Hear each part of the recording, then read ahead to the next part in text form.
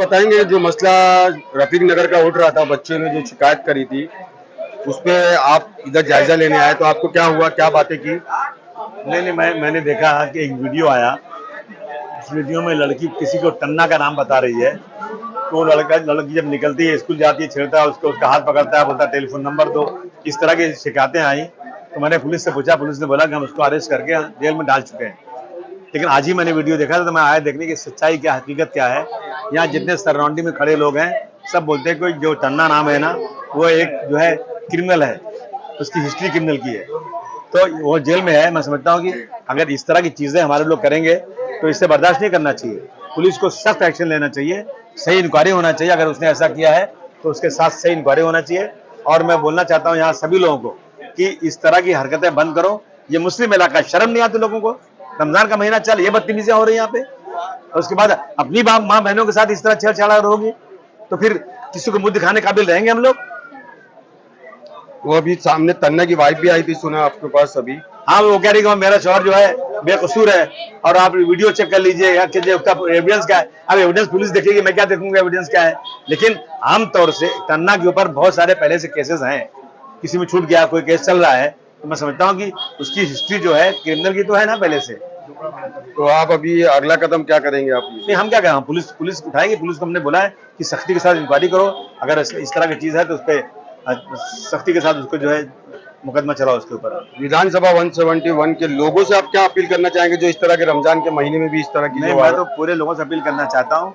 देखो, ये गरीब इलाका है, मैं उस गली में गया हूँ ना, मैं समझता हूँ कि ऐसी गली में इंसान के रहने की जगह नहीं। बेचारे लोग कैसे जिंदगी गुजार रहे हैं, कहाँ कहाँ लोग रूम बना रहे हैं, उसके बाद किस किस तरह से जिंदगी गुजार रहे हैं, दो रोटी के मोहताज हैं लोग। उसके बाद इस तरह से उनके साथ बदतमीजी, गुंडागर्दी करें, और अपने ही लोग करें।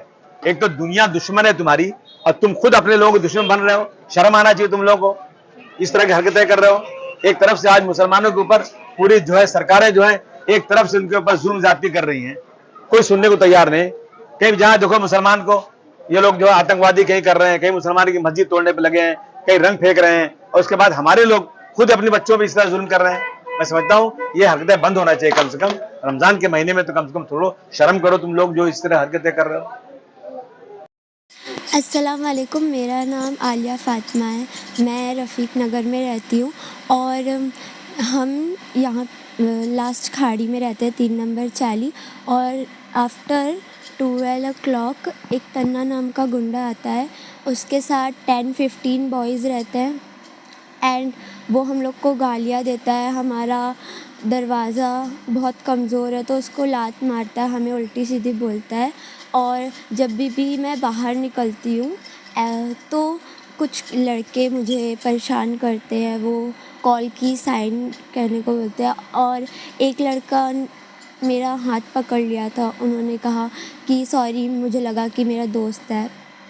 और लेकिन उन्होंने मेरा ही हाथ पकड़ा था, मुझे उन्होंने बाद में कॉल के भी इशारे किए थे और फिर मेरे साथ बदतमीज़ी की। तो मैं कहना चाहूँगी कि यहाँ पे वुमेन सेफ्टी नाम की 1% भी चीज़ नहीं है।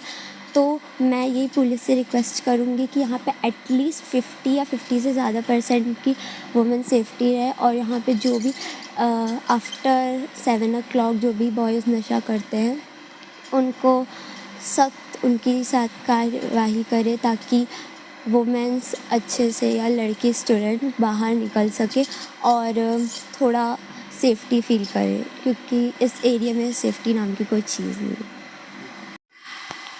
जी अस्सलाम वालेकुम, मैं आयशा, मैं रफ़ीक नगर पार्ट नंबर 2 बाबर अहमद मस्जिद की जो पीछे वाली गली है 3 नंबर, मैं वहाँ पर रहती हूँ। मैं जाफरी स्कूल में पढ़ती हूँ, हम तीनों बहनें हैं। मैं 9th स्टैंडर्ड में पढ़ती हूँ, ये 6th स्टैंडर्ड में पढ़ती है और ये 4th स्टैंडर्ड में पढ़ती है। तो यहाँ पे जो है बहुत सारे गुंडे लोग हैं, तो उनमें से एक जो है तन्ना है और उनकी गैंग भी है। तो जब मैं और ये मेरी बहन हम लोग दोनों बाहर निकलते हैं, इवन छोटी छोटी चीज़ों के लिए, अभी हमारे पास लड़का तो है नहीं, तो हम तीनों लड़के हमारे पेरेंट्स की, तो हम लोग निकलते हैं सामान लेने के लिए, तो वो हमें छेड़ते हैं। इवन वो साइन फ़ोन नंबर की साइन दिखाते हैं कि आप हमें अपना फ़ोन नंबर दो। और मेरी पढ़ाई चलती है ना, तो मैं रात में पढ़ाई करती हूँ, तो हाँ, मेरा फाइनल एग्ज़ाम है, तो बहुत सारे गुंडे को लेके आते हैं। वो तन्ना नाम का गुंडा 10-15 लड़के रहते हैं उसके साथ। हाँ, रात में लेकर आता है 12 बजे के बाद, और वो सब बैठ के ड्रिंकिंग वगैरह करते हैं, अल्कोहल वगैरह पीते हैं। और हम लोग जब पढ़ रहे होते हैं तो हम पढ़ नहीं पाते, वो गाली वगैरह दे के जाते हैं, हमें धमकियाँ वगैरह दे के जाते हैं, और हम पढ़ नहीं पाते हैं। तो अ, हम तीनों बहन पढ़ नहीं पाते, हम लोग डर जाते हैं। और मेरा 9th एग्ज़ाम है, फाइनल है, तो मैं जिस स्कूल में पढ़ती हूँ वहाँ पे 9th में फ़ेल करते हैं। अगर मैं फ़ेल हो जाऊँगी तो मेरी मम्मी डैडी के पास पैसे नहीं है, मेरे डैडी रिक्शा चलाते हैं, तो फिर वो मुझे दोबारा पढ़ा भी नहीं पाएंगे, मेरा फ्यूचर ख़राब हो जाएगा। तो मैं मुंबई पुलिस से रिक्वेस्ट करना चाहती हूँ कि यहाँ पे जो वुमेन सेफ्टी नाम की चीज़ नहीं है, यहाँ पे थोड़ी सख्त कार्रवाई हो, थोड़ी स्ट्रॉन्ग एक्शन होए, ताकि हम लोग तीनों घर से बाहर निकल सकें, हमें कंफर्टेबल फील हो इस एरिया में। अपना नाम बताएंगे? अरीशा फातिमा। आप तन्ना की कौन है? मैं उनकी वाइफ हूँ। आपके हस्बैंड के ऊपर जो इस तरह के इल्जाम लगे हैं वो क्या है असल बात? जी बिल्कुल गलत है, क्यों? क्योंकि ये सारा मामला जगह जमीन से लेके शुरू हुआ था, जो कि खाड़ी का है, वो बीएमसी की जगह है।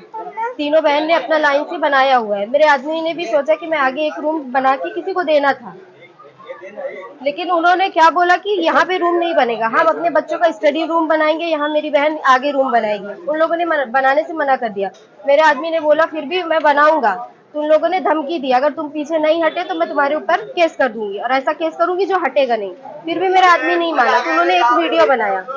वीडियो में उन्होंने अपनी बड़ी बहन को खड़ा किया, जिन्होंने बोला कि मैं अपाहिज हूँ, मैं अपंग हूँ, मैं कुछ कर नहीं सकती, मेरा आदमी नहीं है, मेरे माँ बाप नहीं है, मेरा कोई सहारा नहीं है। बाद में जब ये वीडियो से उनका काम नहीं बना, तो उन्होंने अपनी छोटी बहन और उनकी बेटियों को खड़ा किया, जिसमें उन्होंने अपनी तीनों बच्चियों को खड़ा करके मेरे आदमी के खिलाफ जबरदस्ती झूठा केस लगाया, जिसमें उन्होंने बोला कि मेरे आदमी ने छेड़छाड़ की, उनसे नंबर मांगते हैं, उनको घर में आके परेशान करते हैं, उनका घर तोड़ते हैं और उनको मारते पीटते, उनको धमकाते हैं और हफ्ता मांगते हैं। मैं गलियों के लोगों से पूछना चाहती हूँ, क्या मेरा आदमी कभी उन लोगों से हफ्ता मांगा है? क्या कभी उन लोगों को परेशान किया है? अगर गली में वो आता है, परेशान करता है, तो वो अकेले नहीं आता होगा। अगर आता भी है तो उन लोगों का कहना है 10 लोग को लेके आता होगा। अगर 10 लोग को लेके आता है तो क्या गली वाले देखते नहीं? गली वालों को दिखता होगा कि वो आता है, 10 लोग को लेके आता है, परेशान करता है, नशा करके पड़े रहता है। अगर वो पड़े रहता है तो गली वालों ने देखा होगा। मैं गली वालों से पूछना चाहती हूँ कि क्या उन्होंने कभी मेरे आदमी को देखा परेशान करते हुए, किसी को धमकाते हुए, किसी को हफ्ता मांगते हुए? क्या गली वालों ने कभी उसको हफ्ता दिया, कभी मारा पीटा, कभी कुछ किया मेरे आदमी ने? उसके ऊपर झूठा पॉस्को केस लगाया गया है बच्चियों को परेशान करने के लिए। तो आप पुलिस से क्या अपील करना चाहती है? पुलिस से मैं यही अपील करना चाहती हूँ कि इस केस की पूरी अच्छे से इंक्वायरी हो, जिससे मेरे आदमी को इंसाफ मिल सके। मेरा छोटा बच्चा है और मेरा कोई सहारा नहीं, मेरे माँ बाप भाई बहन कोई नहीं है। अब मैं छोटा बच्चा लेके मैं कहाँ जाऊँ?